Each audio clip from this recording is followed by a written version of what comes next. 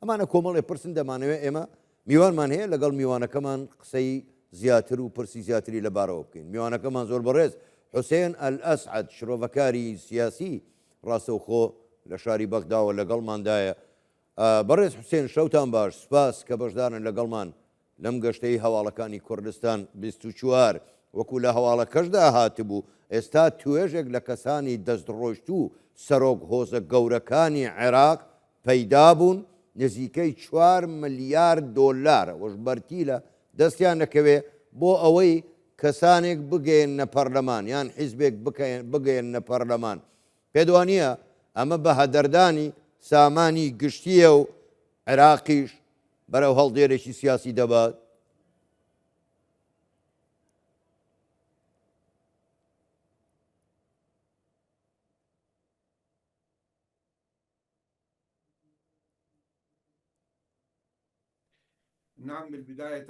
بەڵێ سەرەتا سڵاوێکی گەرم لە بەڕێستان و کەناڵە بەڕێزەکەتە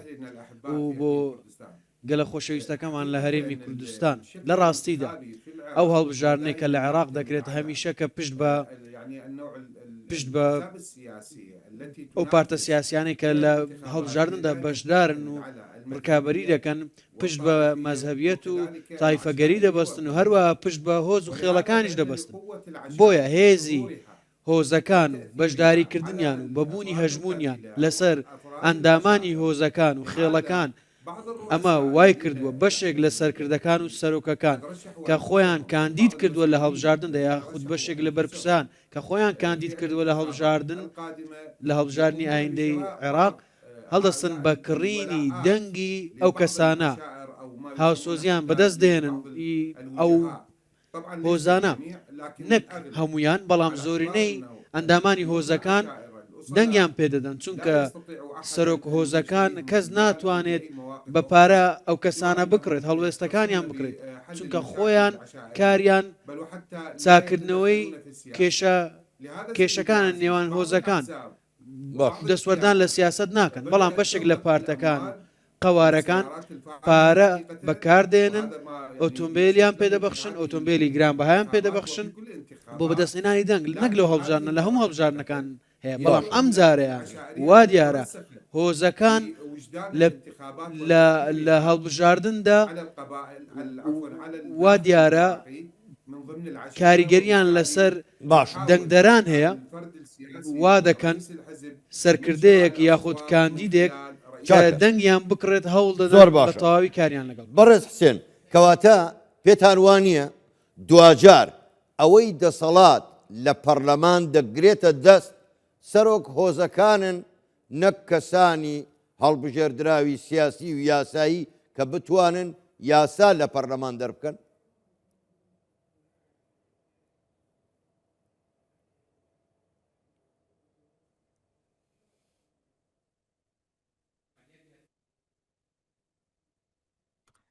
يعني بالتأكيد سيدي بەدڵنیاییەوە بەڕێز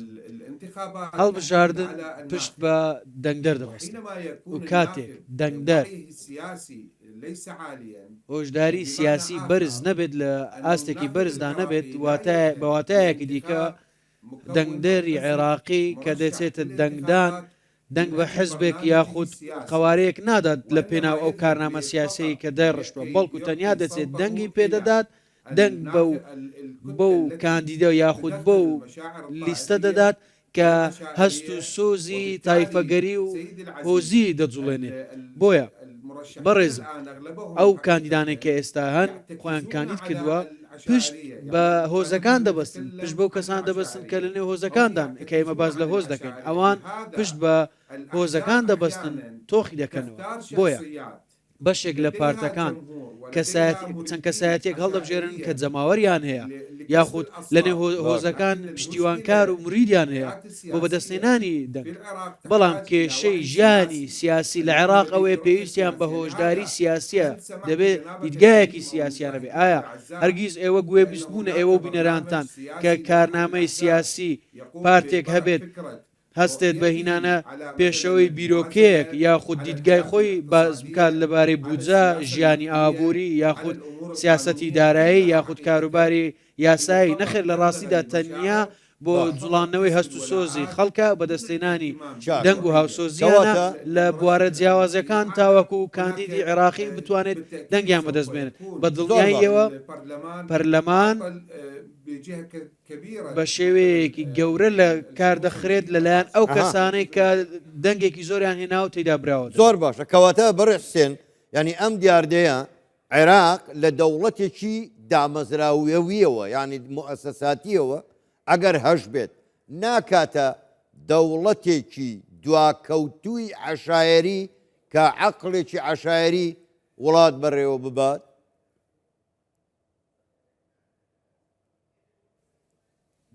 بە دڵنیاییەوە بەڕێزم ئەو کارتێکەرانەی کە لەسەر ژیانی سیاسی عێراقدا هەن بە تایبەتی پەرلەمان عەشایەریە هۆز کاریگەری هەیە تایفەگەریش با لە یاد نەکەین بەڕێزم چونکە بەشێک لە قەوارەکان و هاوپەیمانیەکان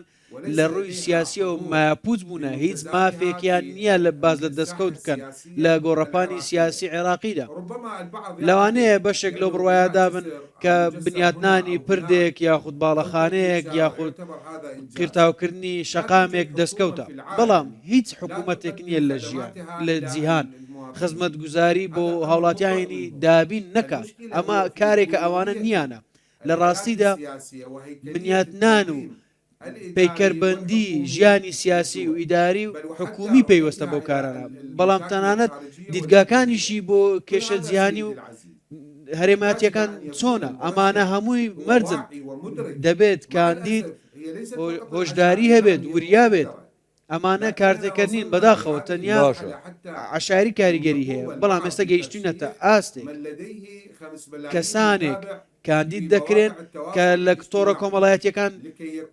5 ملیۆن کەس لایکیان کرد بۆ ئەوەی ئەو کەسانێک کە لایکیان کردوون دەنگیان پێ بدەن بەڵام ئەو کەسە کە خۆی کاندید کردووە هیچ لە سیاست نازانێت بۆیە بەڕێزم لە عەشایەری چەند کەسانێک هەن لە پشتیوانی لە هۆزی خۆیان دەکەن دەتوانن خۆشیان بەسەر ڕۆڵەکانی و عەشیرەتە بسەپێنن بۆ ئەوەی دەنگ بە کاندیدێک بدەن و لە پەرلەمان دەربچێت بەڵێ ئێمە باس لە دەوڵەتێک دەکەن ئێمە هیوادار بووین دەوڵەتی دامەزراوەیی بین زۆر بەڵام بەداخەوە بەڕێز حسێن هەر بۆ زانیاریتان ئەو هەڵبژاردنە باشە کەواتە بەڕێز حسێن ینی بۆچی لە عێراق لە بری ئینتیمای نیشتیمانی ئینتیما بۆ عێراق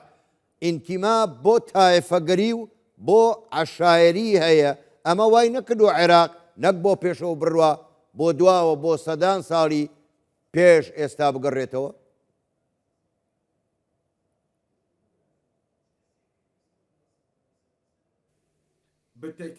بە دڵنیاییەوە بەڕێزم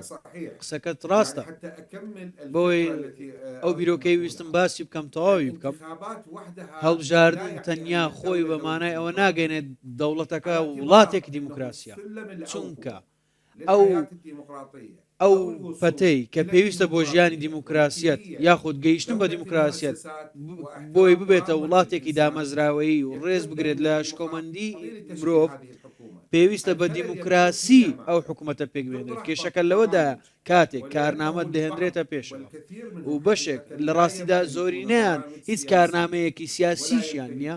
و هیچ ئەزمونێکی سیاسیان نییە بەشێک لە پارتەکان لە ڕاستیدا هەموو ئەوانەی کە هەیەە لە باڵانسێکی سیاسیدا ئەوە بوو کە لە ڕژێمی پێش و ئۆپۆزیسیۆن بوو ئەمە تەنیا بەس نییە بۆ ئەوەی خۆت بێنیە پێش بە ناوی سیاست مەدار و هەوڵ بدەیت دیدگایەک دروست بکەی بە ناوی دیدگای ئایندەی نوێی عێراق بۆیە لە ڕاستیدا ڕژدن لەسەرەوەی هۆشداری سیاسی دەنگدەری عێراقی بەلا ڕێدا ببن چاواشەی بکەن کاتێک ئەو دەنگدەرە عێراقیە دیدگای هەبێت و بەراورد بکات لە نێوان کارنامەی سیاسی و جوڵانەوەی هەستی عەشایەری ئەو کاتە سەرکەوتو نابێت بۆیە کەسێک کار لەسەرەوە دەکەن خەڵک بەلا ڕێدا بمەن خەڵک هیچ نەزانێت بۆیە هەمیشە پێش هەڵبژاردن دەبینین تێڕوانین و قسەی تایفی هەیە کەسانێکان لەلایەنێکدا وا باز دەکرن کە دەسەڵاتی ئەو تایفەیەکی دیاریکرا و بەدەست دەهێنن ئەمە ڕاست نییە درۆیە چونکە یاسای هەڵبژاردن سەپێنراوە بەسەر هەموو پارێزگاکان بۆیە پارێزگاکان لە باشوور بە دیاریکراوی ناکرێت کاندیدێک براوە بێت لە پێکهاتەیەک لە باشوور ژمارەی زۆر نییە بۆیە بە دڵنیاییەوە لە ناوچەکە ژیانی تایبەتی بەخۆی هەیە بە تایبەتی هەرێمی کوردستان لە ساڵی 91ەوە کەشوەوایەکی تایبەتی بەخۆی هەبووە ژیانێکی تایبەت بەخۆی هەبووە لە لایەکی دیکە ئەو کاندیدانە کە هەوڵ دەدەن دەڵێن ئێمە دەسەڵات لە پێکهاتەیەکی دیاریکرا وەردەگرینەوە ئەمە ڕاست نییە ئەم قسەیە بەتاڵە چونکە تایفەگەری دەنگ بەدەست دەهێنێت عشایری دەنگ بەدەست دەهێنێت بۆ کاندیدانە بۆیە ناگەین بە قۆناغی وڵاتی دامەزراوەی چونکە هەمان عقلیەت ماوە و هەر 4 ساڵ جارێکە و عقلیەتە دووبارە دەبێتەوە زۆر باشە زۆر بەڕێ حوسێن ئەلئەسعەد شرۆڤەکاری سیاسی ڕاستەوخۆ لە شاری بەغداوە لەگەڵ مابووی گەلێک سپاس بۆ بەشداریکردنتان لەگەڵمان شەوتان باش.